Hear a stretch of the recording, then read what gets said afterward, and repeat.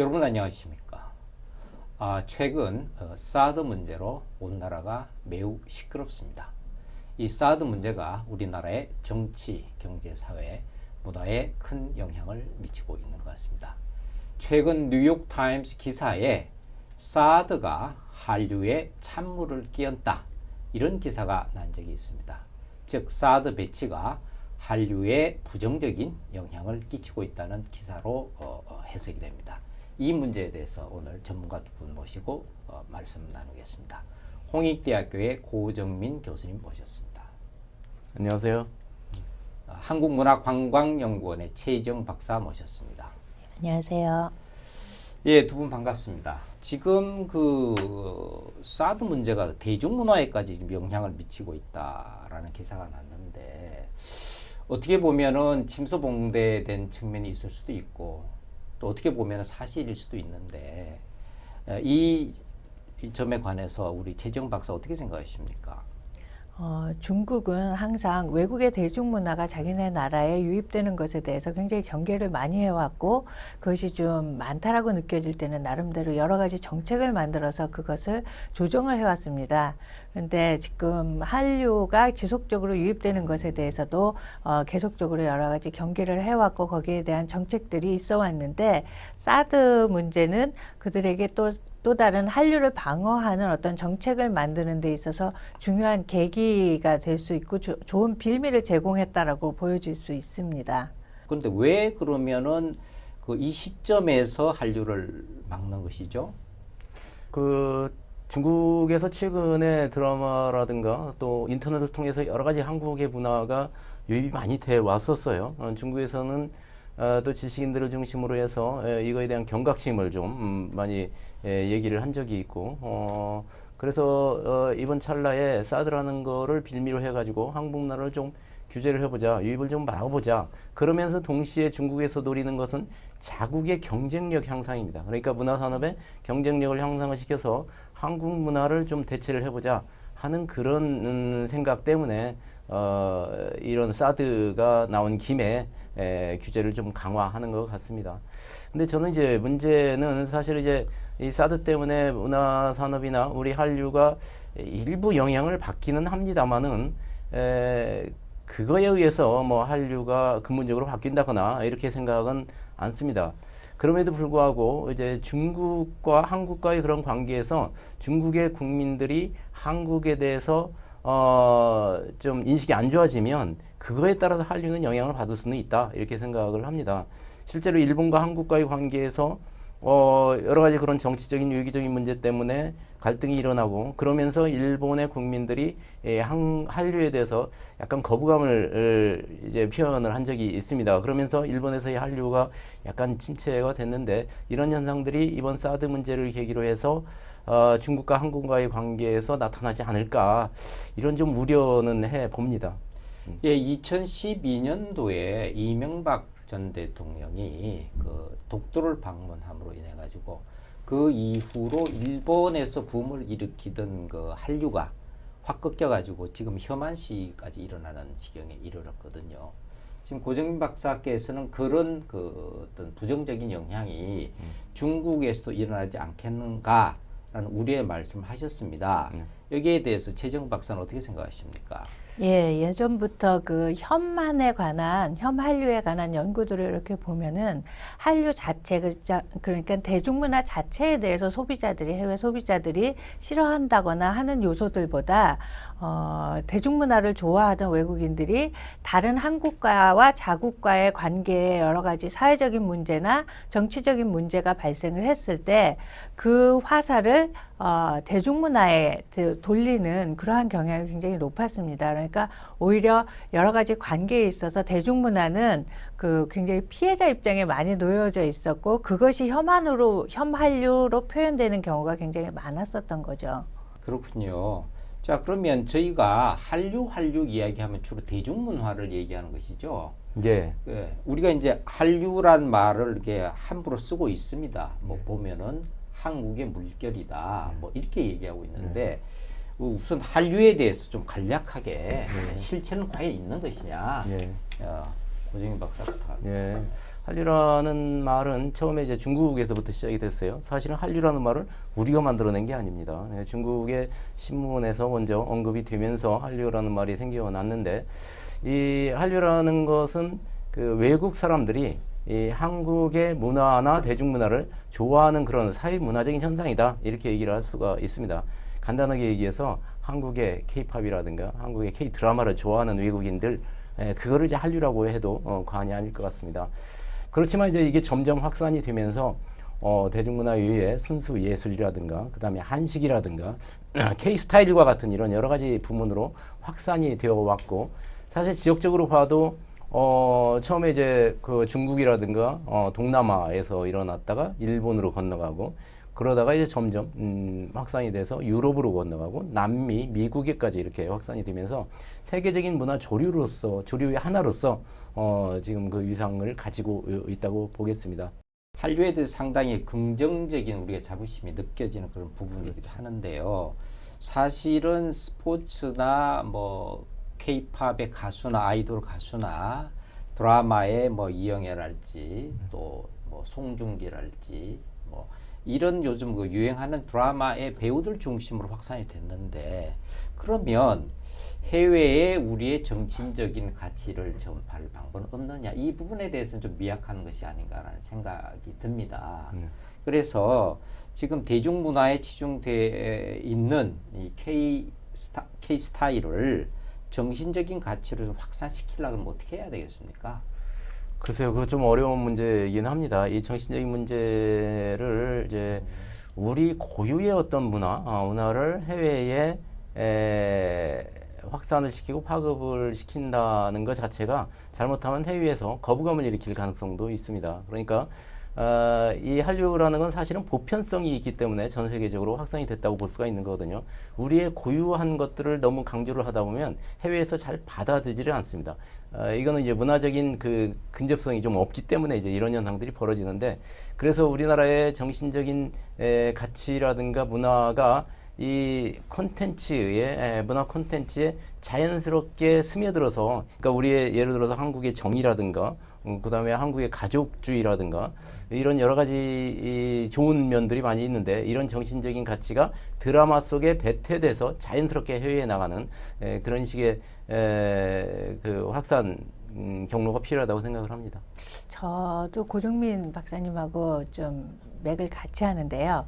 대중문화라는 거, 지금 질문 자체가 대중문화와 그렇지 않은 문화를 좀 이분법적으로 보지 않나라는 생각도 좀 가집니다. 근데 대중문화는 워낙에 이제 생활문화이고, 어떻게 보면 그 안에 이미 크게든 작게든 한국의 정신적인 가치, 일상생활의 가치들이 많이 녹여져 있기 때문에 그것을 굳이 이제 커다란 어떤 타이틀을 하고 앞으로 내세우지 않아도 그 안에 우리 생활 속에서 녹여져 있는 많은 가치들이 전달이 될 수 있을 걸로 보여집니다.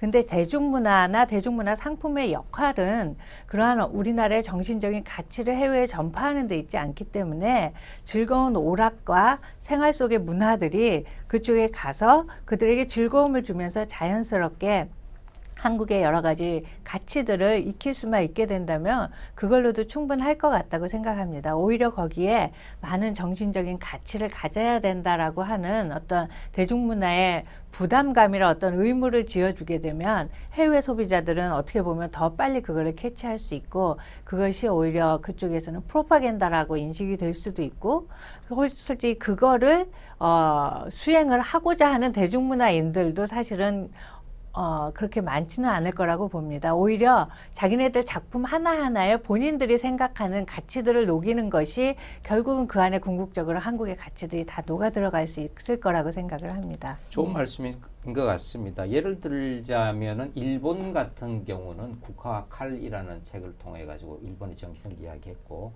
또 일본의 정신의 부정적인 측면으로 비춰질 수 있는 사무라이 문화, 사무라이 정신을 닌자 영화를 통해 가지고 또 긍정적으로 계속 확산을 시키는 그런 역할을 한 적이 있습니다. 제가 드리는 말씀은 한류라는 것이 너무 표피적인 것에 지금 치우쳐 있는 단계가 아닌가라는 생각을 하기 때문에 고유의 한국의 정말 문화의 가치를 좀 전파할 수 있는, 문화에 실어서 전파할 수 있는 방법이 있나 없나 그런 말씀을 좀 드려보는 것입니다. 여하튼 그러면 한류라는 사실이 한류라는 용어가 상당히 긍정적인 측면이 있고 또 한류의 성공 사례들이 많이 있지 않습니까? 네. 이것을 그러면 타 산업 분야에 또 좀 확산시킬 수 있지 않겠는가? 그렇다면 어떤 전략이 있을 수 있겠는가? 질문을 고 박사님. 저는 이제 한류가 한류로서 그냥 끝나는 게 아니라 이 한류의 성공 사례를 통해 가지고 우리 국가 경제에 좀 기여할 수 있지 않을까 이런 생각도 해봅니다. 사실 우리나라 최근에 GDP 성장률을 보면 2%대 아주 이제 예전에 비해서는 아주 낮아졌습니다.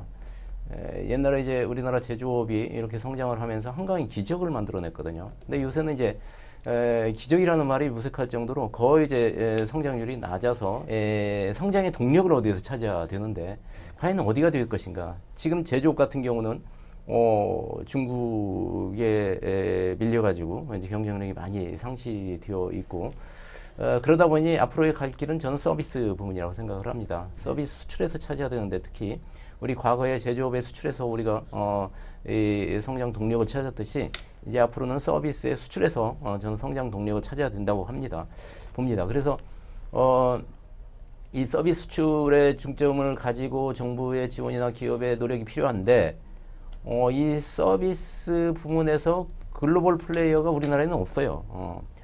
예를 들어서 아주 유통회사 중에서 세계적인 유통회사가 과연 있나 하면 없다 얘기죠. 은행 중에서 세계적인 은행이 있느냐, 세계적인 병원이 있느냐, 없다는 얘기입니다. 서비스 부문에서도 글로벌 플레이어, 그러니까 삼성전자나 현대자동차와 같은 그런 글로벌 플레이어가 나와야 되는데 없다는 겁니다. 앞으로 우리가 해야 될 일이죠. 근데 서비스 수출에서 그나마 거의 유일하게 성공 사례가 있는데 그게 바로 한류다. 저는 그렇게 생각을 하는 거예요. 그러면 이 성공 사례의 이면에는 어떤 전략들이 있었느냐? 우리도 서비스 부문에서 해외에 진출을 해가지고 성공할 수 있다라는 걸 보여줬거든요. 모델이 되는 겁니다. 그래서 예를 들어서 한류가 해외에 나갈 때 현지화를 한다거나 틈새 시장을 잘 개척을 했다거나 아니면 스토리텔링을 잘 활용을 했다거나 이런 여러 가지 요소들이 있습니다. 그다음에 우리나라의 고유의 트레이닝 시스템, 교육 시스템을 잘 활용을 했다거나 이런 부분들이 있기 때문에 우리 서비스 산업에 해외에 진출할 때 한국적인 그런 요소들을 잘 활용을 해서 해외에 진출을 한다고 그러면 한류의 벤치마킹을 통해서 이런 성공의 전략들을 일반 서비스 산업, 다른 부분의 서비스 산업에 해외 진출할 때 응용을 하고 좀 활용을 해서 다른 부분에 예를 들어 유통이라든가 병원이라든가 호텔이라든가 이런 서비스 산업이 해외 진출할 때 좀 도움을 받자 하는 그런 취지로 한류의 해외 진출 전략을 좀 벤치마킹 그렇죠. 하시라. 예, 그런 구체적으로 그것이 현지화 전략, 그렇죠. 여러 가지 것들이 스토리텔링 전략, 또 스타를 활용한 전략, 그렇죠. 그렇게 될 수가 예, 있겠죠. 그렇습니다. 자, 그리고 한류 자체의 어떤 말하자면 효과, 그러니까 문화 산업의 비중은 산업에 있어서 비중은 굉장히 낮지 않습니까? 예, 특히나 한류라고 했을 때는 문화상품의 해외 수출인데요. 수출 비중은 굉장히 낮아요. 아마 1%가 채 안 될 거고, 특히나 이제 게임 산업을, 게임 수출액을 뺀 나머지 우리가 한류라고 일컫는 K-팝이나 드라마 수출액은 전체 수출액의 0.5%도 안 되는 상황입니다. 그 수출액에 깜짝 놀라실 수도 있는데 또 반대로 그렇게 작은 수출액을 가진 상품들이 나가서 그 사회적인 영향력을 파급 효과나 그 영향력을 보면은 사실은 어떠한 상품보다도 굉장히 크거든요. 그렇기 때문에 한류가 가진 가치를 단순히 현재 고종민 박사님이 미래 가치에 대해서도 말씀을 많이 하셨는데 그 미래 가치 외에도 지금 현재 작은 수출액이지만 그것이 갖고 있는 또 다른 그 파급 효과에 대해서도 우리는 좀 주목을 해야 되지 않을까 생각을 합니다. 한류가 중요한 영향을 미치는 것은 한류가 굉장히 소비자들의 어떤 매력적인 요소, 것들을 소비자들에게 알려줄 수 있고 한국의 다른 요소들을 전달해 줄 수 있는 요소들이 많이 있기 때문에 그것이 국가 이미지나 국가 브랜드를 높이는 데 상당히 영향을 많이 미쳐요. 그래서 그것이 후광 효과로 작용을 하면은 또 다음 단계에서는 한류랑 직접적인 관계에 있는 뭐 스타일에 관련된 산업, 미용 산업, 화장품에 관련된 산업뿐만이 아니라 한류 어떤 지역이 나왔던 관광에 대한 지역 관광에 대해서도 큰 효과가 나타나고 있고 그것뿐만이 아니라 그 드라마에서 나왔던 여러 가지 일상 상품이라든지 그 생활 모습에서 보여진 한국의 트렌드라든지 이런 것들이 다양한 상품에 영향을 미칠 수 있거든요. 근데 문제는 그러한 산업들과 좀 한류 대중문화 상품들의 연계를 조금 더 이제 비즈니스적으로 마케팅적으로 조금 더 발달이 된다면은 그 효과를 조금 더 극대화할 수 있지 않을까라고 생각을 합니다. 네. 그래서 예, 단순히 광고 모델뿐만이 네. 아니라 다양한 마케팅 연계 방안 같은 것도 네. 함께 고려를 하면 좋지 않을까 싶습니다. 그러니까 문화 산업 자체의 산업적 비중은 굉장히 미미하지만 그 파급력이 굉장히 크다는 말씀이지 않습니까? 그죠? 네. 이게 예를 들어서 영화 촬영지가 하나 히트를 하면은 네. 그 지역의 관광 산업이 또 형성이 그렇죠. 되고 그 출연했던 배우가 입었던 옷이 또 불티나게 팔리고 또 중국 같은 경우는 어떤 배우가 어떤 화장품을 썼다 그러면 한국 화장품이 예. 뭐 인기를 끌고 이런 식이라 그 그렇죠. 말씀이지 네, 않습니까? 그렇습니다. 근데 한 가지 지적한 것이 여하튼 이 비즈니스를 조금 더 마케팅 전략을 좀 활성화시키는 것이 산업에 좀 도움이 되겠다. 자, 그러면 한류건 문화산업이든 가장 중요한 것은 사람이고 인재입니다. 창의력이 말하자면 작품을 만드는 것 아니겠습니까? 근데 우리나라에서 만들어진 좋은 인재들이 계속 만들어져야 되겠지만 또 최근 중국에서 인재를 스카우트해가는 전략들을 많이 쓰고 있습니다. 그래서 이것을 어떻게 보면은 중국 시장에 유능한 인재들의 해외 진출이라고 볼 수도 있고 또 어떻게 보면은 인력 유출이라고 볼 수가 있습니다. 생각하기에 따라서 다른데 여기에 대해서는 어떻게 생각하십니까? 한국에서 활동을 하고 있는 여러 감독이라든가 뭐 배우라든가 이런 인력들이 우리나라에서 이제 중국으로 많이 스카우트돼서 가는데 한국에서 받는 돈보다도 중국에서 훨씬 몇 배를 더 준다고 하니 그렇게 해서 가게 되는 거거든요. 중국에서는 이제 아직 이쪽과 관련된 노하우가 쌓이질 않아서 한국의 노하우를 좀 빨리 받고 싶다. 그래서 이제 중국에서는 우리 인력들을 스카우트하는 거고. 근데 단기적으로 보면 인력의 수출이라고 볼 수 있고 뭐 그걸 통해 가지고 돈을 벌으니까 나름대로 국가에 기여한다고 생각이 되지만 장기적으로 보면 이런 기술이나 노하우가 해외로 유출이 되면서 그쪽의 경쟁력이 향상이 될 수가 있다는 겁니다. 그러면 장기적으로 보면 우리나라에 다시 부메랑 효과로 우리의 영향을 주면서 우리가 중국에 수출하기도 또 어렵고 이미 해외에 나갔던 그런 스카우트 됐던 인력들이 더 이상 쓸모가 없어질 경우에는 다시 한국으로 돌아와야 되는 그런 상황이 될 가능성도 있습니다. 그래서 단기적으로는 뭐 반길 일이지만 장기적으로 보면 우리한테는 결코 좋은 일은 아니다 이렇게 생각을 합니다. 저도 긍정적인 측면과 부정적인 측면이 다 존재한다고 생각을 합니다. 예를 들어서 우리나라의 그 방송이나 영화 쪽에 계시는 분이 헐리우드에 진출을 했다 그러면 굉장히 긍정적으로 바라보시거든요. 네. 근데 그게 결국은 헐리우드의 좀 선진적인 기법을 배워서 나중에 우리나라에 적용을 할 수 있을까? 아니면은 거기에 진출함으로써 우리나라 산업과 미국의 어떤 영화 산업이 연계될 수 있을까에 대한 기대가 있기 때문에 그것을 굉장히 높게 평가를 하는데 중국은 우리보다 좀 이제 문화 산업이 조금 뒤처졌다고 보고 우리의 인재를 데리고 감으로써 자기네 산업을 좀 육성시키고자 한다라는 측면에서 우리가 굉장히 많이 경계를 하고 있는 부분이 있어요. 근데 개인적인 입장에서는 어떻게 보면 굉장히 더 한국에서 받고 있는 그것보다 몇 배 더 많은 돈을 받고 간다라고 했을 때 개인적으로 그거를 막고 막을 수 있는 방법은 사실은 쉽지 않다라고 보여져요. 사실은 중국이 이제 선진적인 기법을 배우는 게 사실은 한국뿐만이 아니라 또 다른 여러 나라가 있다라고 봤을 적에 우리는 이거를 조금 더 긍정적으로 적극적으로 활용할 길을 좀 열어보자라는 생각도 한편으로는 좀 듭니다. 우리나라의 기술이나 어떤 노하우가 유출되는 부분이 있더라도 그쪽 산업과 한국의 산업은 이제는 뗄래야 뗄 수 없고 앞으로 굉장히 여러 가지 협업이라든지 공동 작업이 많이 필요한 부분에서 그러한 네트워크를 계속적으로 좀 형성을 해서 서로 윈윈하는 방법을 좀 더 적극적으로 모색해 보면 어떨까라는 생각도 듭니다. 자, 그러니까 우리 한류의 핵심 인력의 해외 진출을 좀 긍정적으로 바라보자.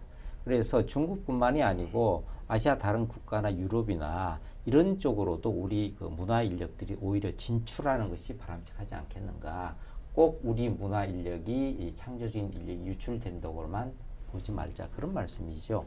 또 한편으로 보면 그러면은 우리 한국의 문화산업 시장이 튼튼해야 되고 활성화가 돼야 되는데 상대적으로 돈을 좀 많이 주는 중국이나 해외로만 진출을 한다 그러면 한국의 문화산업은 또 위축될 수밖에 없다. 이런 우려도 나오고 있는 것 같습니다.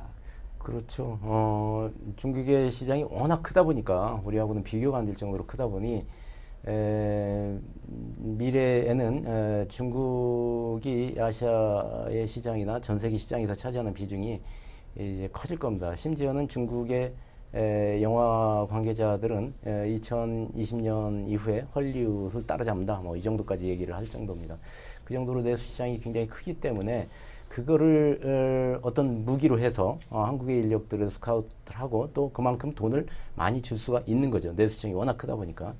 그래서 이제 우리한테 이제 부메랑 효과로 다가올 수가 있는데 아까 최재형 박사가 얘기한 것처럼 과연 이게 우리가 아니면 그러면 그런 현상들이 안 일어날 거냐? 저는 그렇게 보지는 않습니다. 지금 중국의 뭐 제조업이라든가 서비스업들이 지금까지 성장하는 그런 단계가 그러했듯이 외국의 기술들을 받아들이고 그러면서 자국의 산업들이 성장을 했지 않습니까? 네. 똑같은 현상들이 이런 그 한류에서도 나타난다고 생각이 되고 그렇게 되면 우리가 해야 될 일은 중국과 한국과의 관계에서 중국은 커다란 시장이니까 이거를 우리가 어떻게 이용할 것이냐, 활용할 것이냐 하는 게 중요하다고 생각을 합니다. 그래서 여러 가지 모델이 있지만 저는 영국과 미국 모델을 생각을 하고 있습니다. 미국 시장은 워낙 크고 뭐 전 세계를 주도를 하고 있지만 실제로 그 콘텐츠를 보면 영국의 콘텐츠가 많아요. 과거에 우리 팝송을 많이 들었던 그런 가수들을 보면 대부분 영국 가수들이 많고요. 네, 그렇죠. 네. 공연의 아주 유명한 네. 그렇죠. 유명한 그런 공연들을 보면 다 영국에서 나온 거거든요. 그래서 영국은 미국의 시장에 어떻게 보면 진출했다고도 볼 수가 있는 거죠. 우리도 마찬가지로 그런 오리지널 콘텐츠를 우리가 만들어서 커다란 그 중국 시장에 진출을 하고 또 인력도 그런 네트워킹을 활용을 한다고 그러면 나름대로의 어떤 서바이벌 모델이 되지 않겠느냐 저는 그렇게 생각을 합니다. 네, 최재형 박사 한류의 발전적인 방향에 대해서 마지막으로 한 말씀 해주십시오. 가장 기본적으로 우리의 문화 산업이 튼튼해져야 되고 우리 문화 산업이 발전을 해야 되는 거죠. 그러니까 사실은 이 한류가 굉장히 문화 산업에 중요한 의미를 갖는 거는 한류가 시작되기 전에 우리 문화 산업은 사실 굉장히 영세했습니다. 뭐 지금도 그게 막 갑자기 선진화된 거는 아니지만 그래도 해외랑 교류를 하고 경제적인 어떤 이득이 점점 커지면서 문화가 좀 산업적인 체계를 갖추어 가는데 굉장히 큰 역할을 했거든요. 그거를 바탕으로 해서 지속적으로 좀 문화가 산업적으로 탄탄해지고 거기에서 지속적으로 좋은 콘텐츠들을 만들어내고 하는 것이 그 무엇보다도 가장 우선시돼야 될 부분이 아닌가 생각합니다. 네, 최근 사드 문제로 한중 관계가 냉랭해졌습니다. 오히려 이런 분위기 속에서 한류를 더욱 확산시켜서 한중 관계를 더욱 부드럽게 하는 전략이 필요하지 않겠나 생각합니다. 잘 만든 드라마 한 편이 10,000명의 외교관 몫을 한다는 이야기가 있습니다. 아무쪼록 한류를 더욱 확산시켜서 한중 관계, 한일 관계가 더욱 부드러워지기를 희망합니다. 오늘 여기서 마치겠습니다. 감사합니다.